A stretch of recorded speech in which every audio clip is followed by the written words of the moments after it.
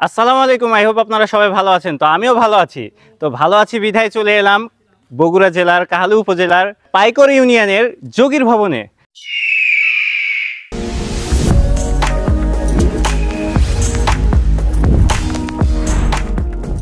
তো এই যে আমার পিছনে একটি দেখতে পাচ্ছেন মন্দির, এছাড়া আরও অনেক মন্দির আছে। তো সকল মন্দির আপনাদের এই ভিডিওতে দেখাবো, আর এই যোগীর ভবনের সম্পূর্ণ ইতিহাসটি আপনাদের জানাবো। তো চলুন জানা যাক।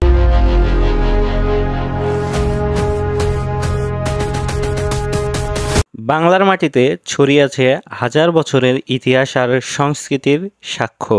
এরই এক নিদর্শন বগুড়া জেলার কাহালু উপজেলার প্রাণকেন্দ্রে অবস্থিত যোগীর ভবন, শ্রী শ্রী অনাদি লিঙ্গ মহাদেবের বিগ্রহ মন্দির।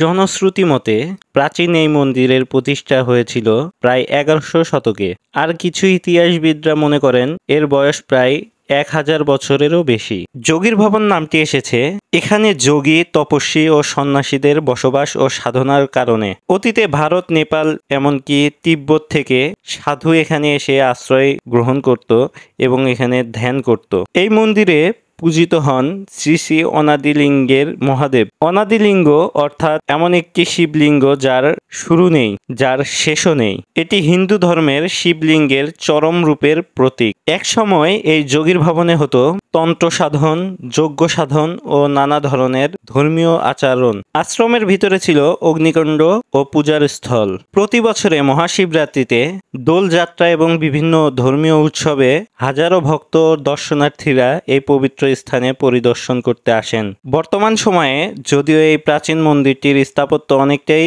জীর্ণপ্রায়, তবুও দেয়ালের ইট, কাঠের দরজা আর ইতিহাসের ছাপ এখনো বলে দেয় কত সমৃদ্ধ ছিল এই তীর্থস্থান।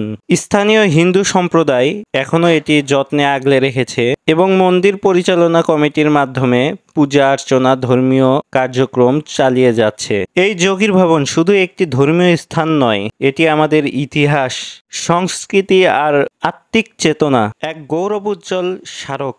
এই মন্দিরের কিছু কিছু ইতিহাস মহাস্থানের বেহুলার বাসর ঘরের সাথেও সম্পৃক্ত। বেহুলা ও লক্ষিন্দরের কাহিনীর একটি গুরুত্বপূর্ণ অধ্যায় এই যোগীর ভবনে ঘটেছিল। কথিত আছে লক্ষিন্দরকে এই যোগীর ভবনের একটি কুয়ার পানি খাইয়েই জীবিত করা হয়। তো এই মন্দিরটিকে সাধারণ ভাবা যাবে না। এই মন্দিরে রয়েছে আধ্যাত্মিক কিছু, যা সায়েন্সেরও বাইরে।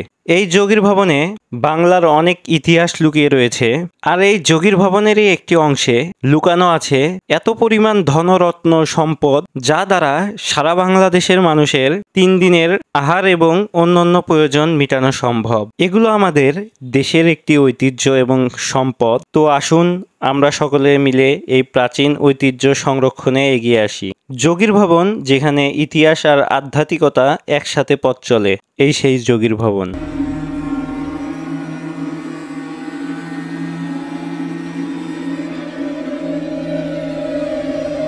ডাব কুয়া।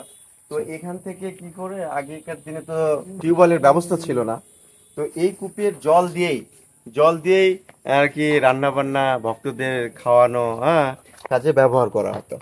তো এখন যে সাবমার্সিবল করা হয়েছে, আর কূপটা দেখেন অনেক গভীর। এই কূপ কি এখনো মানে এখান থেকে এখনো পানি ওঠে? এখন পানি ওইরকম করে আর ওঠে না। এটা কি পরবর্তীতে করা না মন্দিরের সাথে? না, ওই সেই সময়কার, সেই সময় থেকে এটা আছে। আচ্ছা, এটা আসলে কি ছিল? এটা রান্নাঘর, এখানে প্রসাদ রান্না করা হয়। মানে আপনারা যে থাকেন সেটা রান্না করেন? আচ্ছা, এখানে এই বারান্দায় আমরা দেখতে পাচ্ছি, এখানে আপনাদের কিসের আয়োজন হয়? এখানে তো ধন্যবাদ। এই ভিডিওটি যদি আপনাদের ভালো লাগে এবং এই যোগীর ভবনের ইতিহাস শুনে যদি আপনাদের ভালো লাগে, তাহলে ভিডিওটিতে লাইক দিয়ে আমার চ্যানেলে সাবস্ক্রাইব করে যেতে ভুলবেন না। তো ধন্যবাদ, আজকের মতো বিদায়।